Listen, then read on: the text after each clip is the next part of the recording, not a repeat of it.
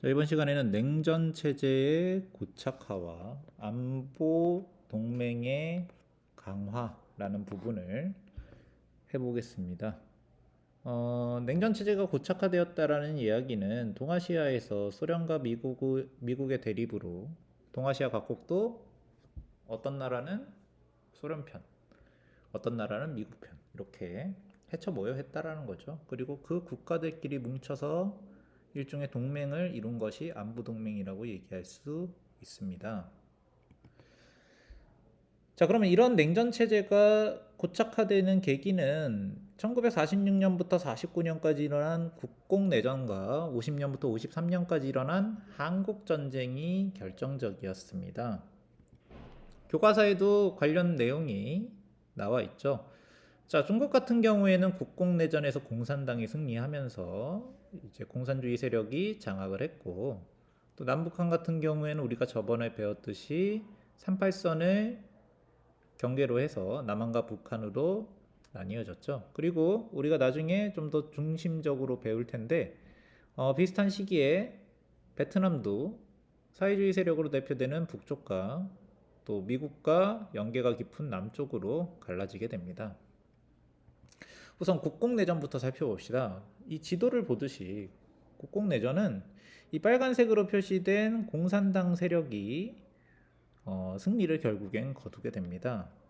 우리가 저번에 배웠던 거 잠깐 생각을 해보면 국민당과 공산당은 일본의 침입에 맞서서 2차 국공합작을 맺었죠. 근데 일본이 항복한 이후에는 합작할 필요가 없어지면서 이 공산당과 국민당 사이의 내전이 본격화됩니다. 자, 공산당은 국민당에 비해서 세력이 처음엔 약했지만 국민의 지지를 받았고 소련의 지원으로 전세를 역전하고 중화인민공화국을 1949년에 수립하게 됩니다. 국민당은 패배해서 타이완 섬으로 이동해서 이제 정부를 수립하게 되죠.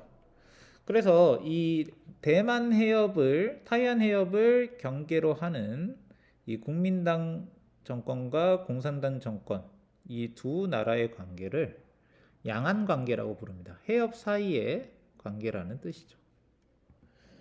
자, 이 국민당의 패배는 미국에게 큰 충격을 줬습니다. 왜냐하면 미국 입장에서는 국민당 정부에 이런저런 불만이 있기는 했지만 공산주의 세력인 공산당에게 중국이 통째로 넘어간 것은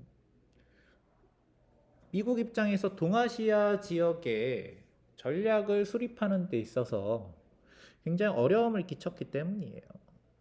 그래서 우리가 지난 시간에 배웠던 미국이 일본을 다시 국제사회로 복귀를 시키는 이런 과정에 영향을 미친다고 볼 수 있겠죠.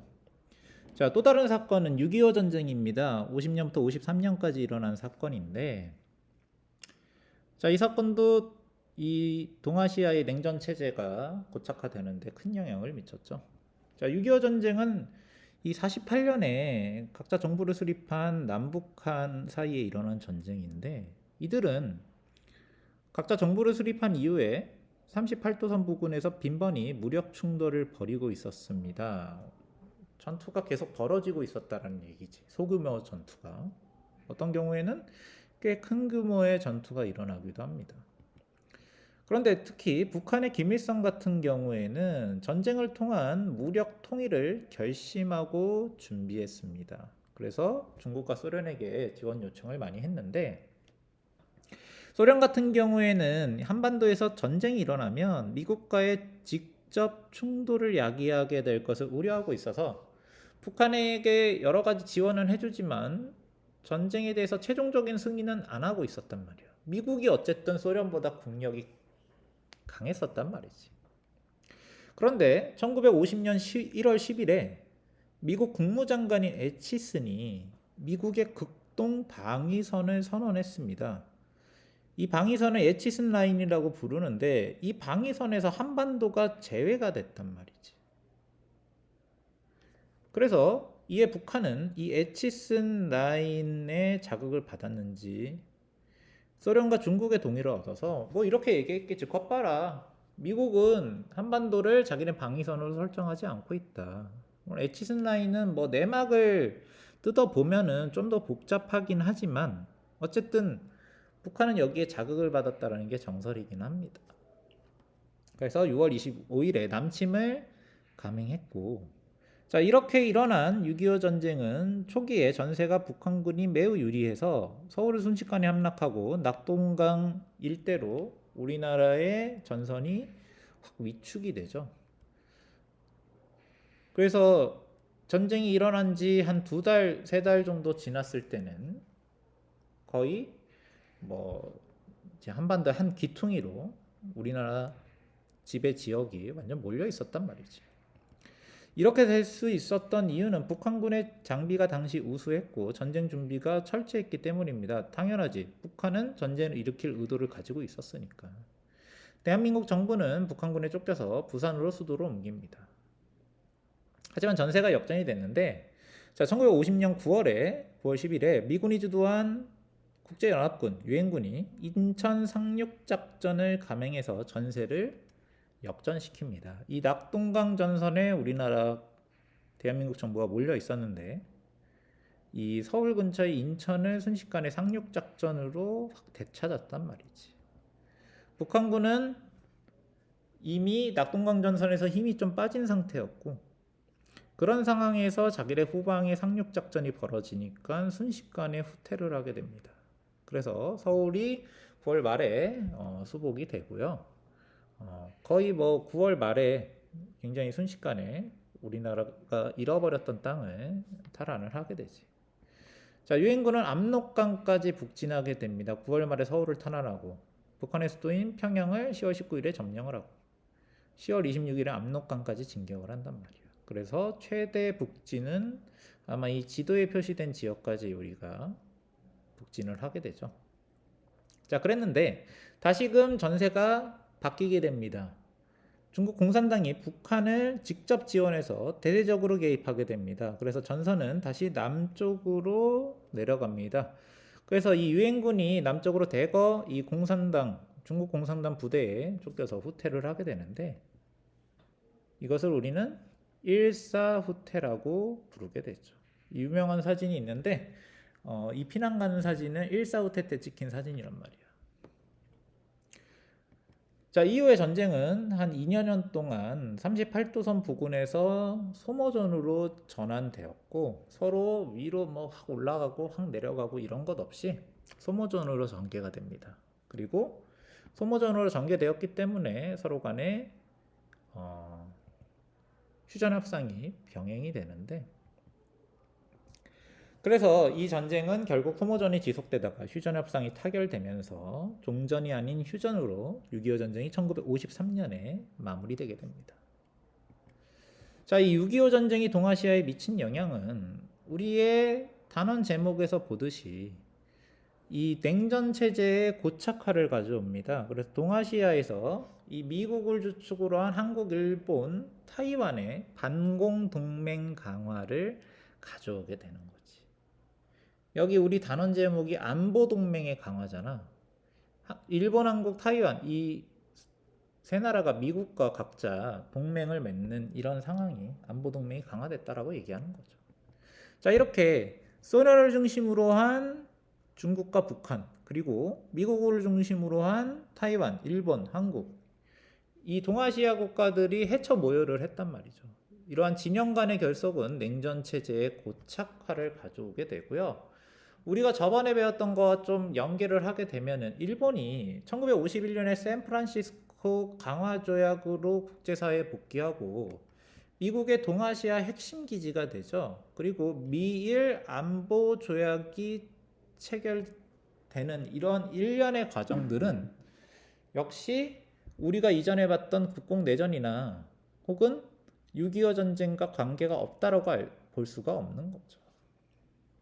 자, 그리고 이러한 정세 변화 때문에 타이완과 한국이 일본과 외교 관계를 회복하는 요인이 됩니다. 타이완, 한국 모두 일본의 침략을 받은 입장들이기 때문에 일본과의 관계가 바로 좋아지진 않는데 이 냉전 체제가 강화가 되다 보니 일본과 타이완, 일본과 한국은 약간 이중적인 관계가 됩니다. 이전에 일본의 침략으로 고통받았던 그런 과거에 적대적인 관계가 있는가 하면, 한편으로는 공산주의 세력과 대치하는 자본주의 진영의 동맹으로서 사이좋게 지낼 필요성도 생기게 된단 말이지. 자, 그래서 52년에 일본과 타이완은 국교를 정상화합니다. 상대적으로 좀 빨리 됐지. 일화 평화 조약이라고 해서 타이완과 일본은 국교를 정상화시킵니다. 하지만 우리나라와 일본은 국교 회복이 한층 어려웠죠. 50년대에는 미국 주도로 협상이 이루어지긴 하지만 지지부진했어요. 왜냐면 일본이 자꾸 헛소리를 또 하거든. 이런 얘기 한단 말이에요. 유명한 게 53년 10월에 구보타 망언이라고 해서 일본이 식민지 지배 동안에 한국에 좋은 일 많이 했기 때문에 일본이 한국에 보상받아야 된다, 뭐 이런 얘기를 한단 말이지. 자, 그러다가 60년대 들어서 박정희 정부가 들어선 이후에 이 한일 협상이 급진전되면서 한일 국교 정상화 논의가 성사 직전에 이르게 됩니다. 그러자 한국과 일본에서 반대 운동이 일어나게 되는데, 자, 한국, 일본 모두에서 이 1960년대 한일회담 반대 운동이 일어납니다. 근데 한국에서만 일어난 게 아니고 일본에서도 일어나게 되는데 약간 입장이 좀 달라요. 한국 같은 경우에는 일본의 사죄와 배상이 없는 상황에서 국교를 수립하는 건 굴욕외고다. 왜냐면 일본이 제대로 사과를 안 한 상태에서 국교가 회복이 되거든. 거기에 반대하는 거지. 사과를 해야 된다.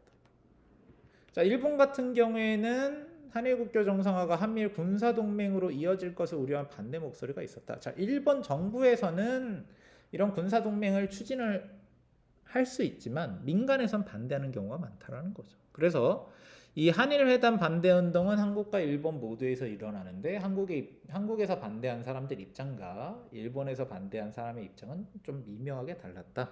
이렇게 생각을 하시면 되고요. 자, 어찌됐건 65년에 결국 한일 국교 회복은 이루어지게 됩니다. 그래서 한국은 일본에게 청구권을 포기해서 국가 간 배상을 포기하고 대신에 일본으로부터 무상자금 3억 달러, 유상자금 2억 달러, 그리고 상업자금 3억 달러, 그리고 여러 가지 기술들을 지원받는 결과로 한일 회담이 종료가 되고 한일 국교 정상화가 이루어지게 됩니다. 자, 이러한 자금과 기술을 지원받은 우리나라는 이러한 자금, 기술을 바탕으로 경제개발 계획을 추진합니다. 예를 들면 일본에서 들여온 자금으로 소양강 댐을 지어서 당시 한강 유역의 치수 사업과 전력 공급을 하게 되었고, 또 기술과 자금 또 지원받아서 우리나라 대표적인 기업인 포항제철이 이때 만들어지기도 합니다. 그래서 60년대에 아주 큰 규모의 경제 성장을 우리나라가 이루게 되지. 자, 그러면 우리나라만 좋았느냐? 당연히 일본도 이 한일 국교 정상화로 굉장한 이득을 봅니다. 국교 정상화 이후에 한국 시장에 진출을 하게 돼요. 왜냐하면 일본이 우리나라에 자금을 지원한 거기 때문에 그 자금을 사용하는 데 있어서 일본과 협상을 해야 되는 것도 있고, 또 기술을 지원받았다라는 건 다시 얘기하면 일본 기업이 우리나라에 대거 진출했다는 이야기도 됩니다. 그래서 우리나라 여기 보이는 표를 보시면 알겠지만 우리나라는 늘 일본에게 무역수지 적자를 하게 돼. 한일 국교 정상화가 된다. 우리나라가 흑자를 본 적이 없습니다. 왜냐하면 일본의 기술이 우리나라에 많이 들어왔기 때문에 우리나라의 경제에서 일본의 수입품이 차지하는 비중이 굉장히 크단 말이지. 그래서 여기 보면 알겠지만 우리나라가 뭐 석유 한 방울 안 나는 나라다 뭐 이렇게 얘기를 하지만 산유국들보다 일본에게 받는 무역 적자가 훨씬 더 규모가 크단 말이에요. 그만큼 우리나라 경제는 일본과 뭐 어떤 사람들은 종속되어 있다 뭐 이렇게 얘기할 수도 있겠죠. 기술이 대거 들어온 상태이기 때문에. 자, 그래서 한일 국교 정상화로 우리나라 경제 성장하고 일본 우리나라에서 막대한 이득을 거뒀는데, 자, 소외된 사람들이 있죠. 식민지 지배에 대한 사과나 배상 등을 말끔히 처리하지 못했기 때문에 뭐 우리나라 이 위안부 할머니들이나 혹은 뭐 다른 식민지 당시에 강제징용이나 이런 배상 문제에 대해서 굉장히 복잡하게 꼬여서 한국과 일본 사이에 지속적인 갈등을 일으키게 되는 요인이 되고, 그 갈등은 어떻게 된 건지 시간이 지나고 나서 더더욱 심해지게 되는, 그러니까 이 뭔가 문제를 깔끔하게 해결하지 못한 상태에서 시간이 지나다 보니까 더 해결하기 어려운 상태가 되어버린 겁니다. 오늘은 여기까지 하겠습니다.